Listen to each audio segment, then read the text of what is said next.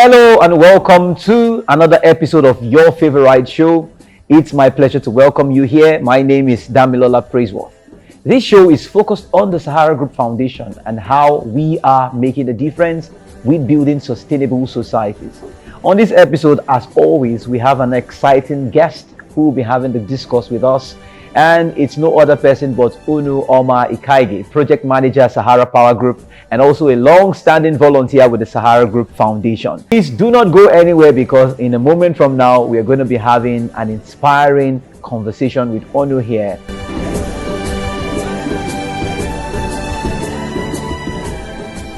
Welcome back once again. Like I said, this conversation is focused on inspiring you towards making a difference. And we have someone here who has been a long-term volunteer with the Sahara Group Foundation, and he's here to share his experience. Welcome once again, Onu, to the show today. Thank you very much, Damien. All right, I just want to hit the ground running right away. Okay. Tell me, what inspired you to be a volunteer with the Sahara Group Foundation?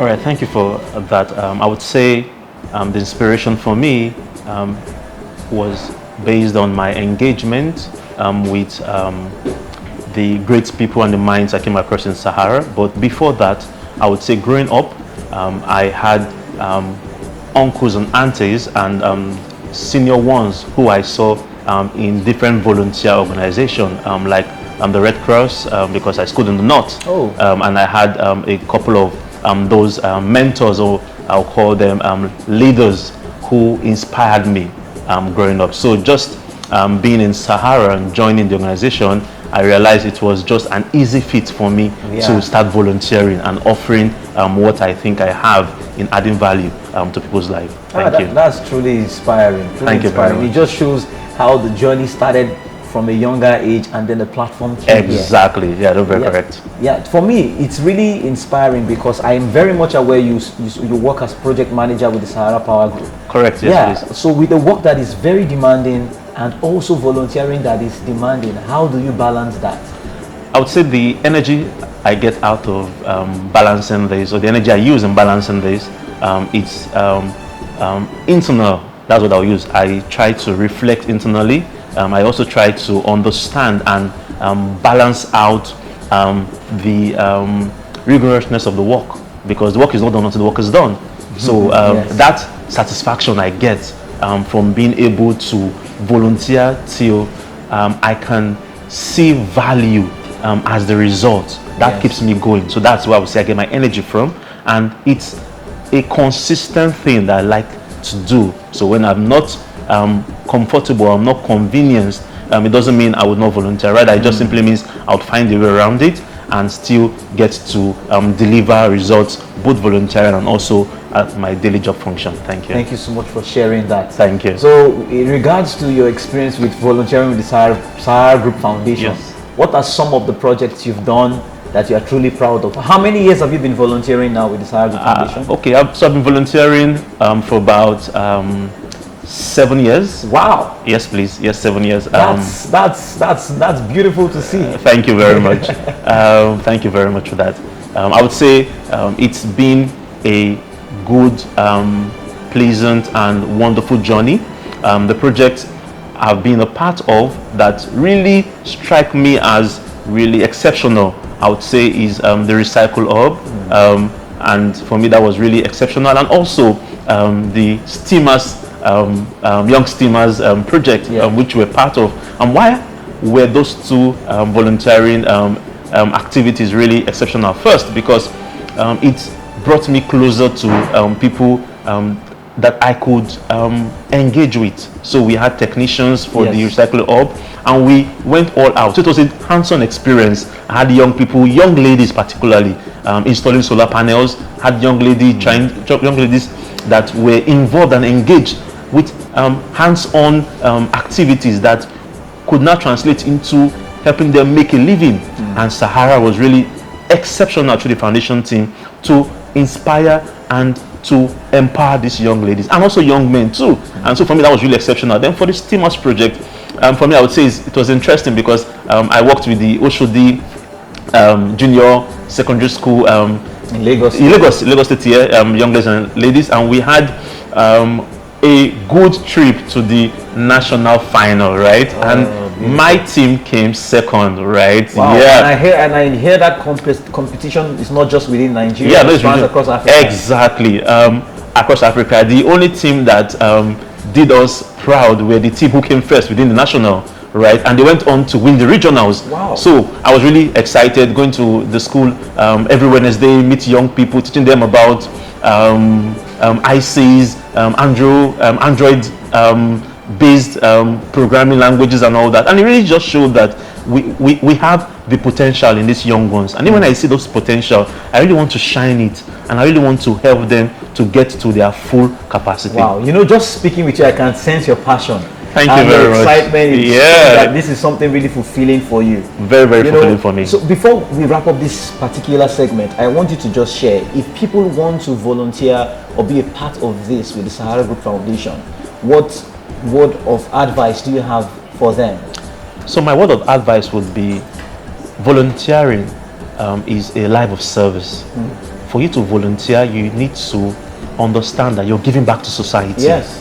Yeah, because we are privileged does not mean that we should fold our hands and continue to let others lie in penury. We need to go out there and we need to reach out to them. What I think they can also do is volunteering should not be difficult. It should be an easy way of being able to build up your immediate niche, your circle of influence. And I think that is a way you can give back. So if you cannot give back with money, you cannot give back with what you think you have, you can give back with your time. You can give back with just your presence. Young people are waiting for older ones like us, or I would say leaders like us, to come inspire them.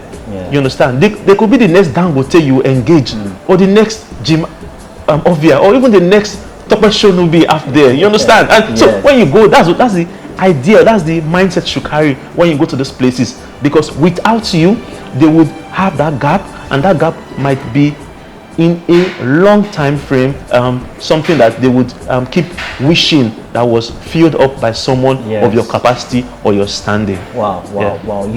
Something you said has left me, has stayed with me. You said you may not have money to give back, but you can have your time and commitment to really inspire these lives. I think that's the summary of building a sustainable life, sustainable societies, empowering the next generation to make a change in the future. I agree with you. Well, our audience, you would agree with me that the conversation has been truly inspiring so far. So we're going to be back for the final segment of this show, which we call Thorns to Roses.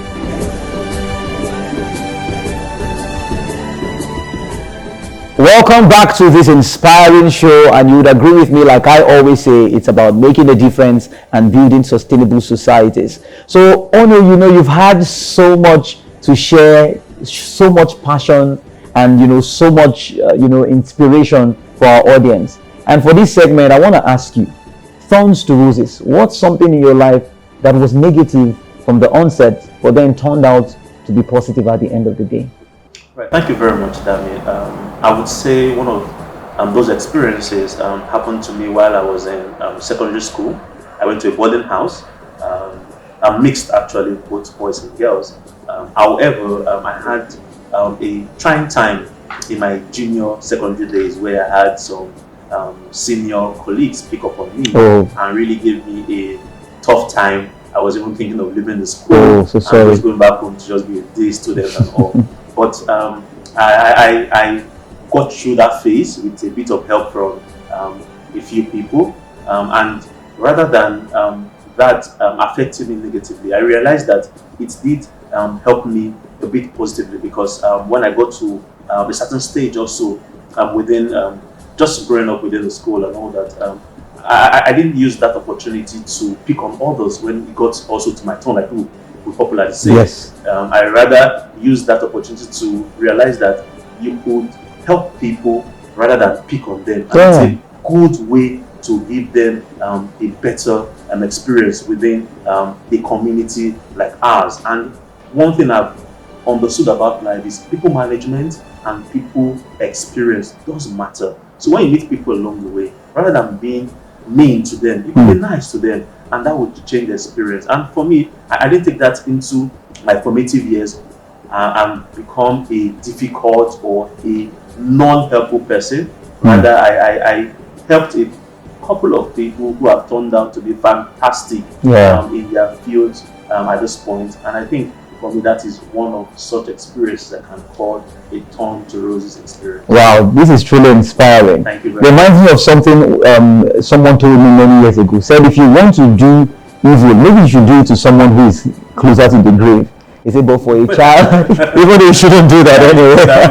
But for a child, be loving, treat with respect, because they can turn out to be anything tomorrow. And I'm really proud of what you've become, what you've achieved, and even what you're doing with other people, ensuring that they come up and not throwing them down like, well, some people try to do to you. Thank you so much, Onu. It's been a pleasure to have you here on our show. All right. Anyway, our audience, we've come to the end of another beautiful, exciting episode of this show, where we are committed to making a difference and building sustainable societies. Until next time, I remain your host, Damilola Praiseworth. Go out there and make a difference in your world. Bye-bye.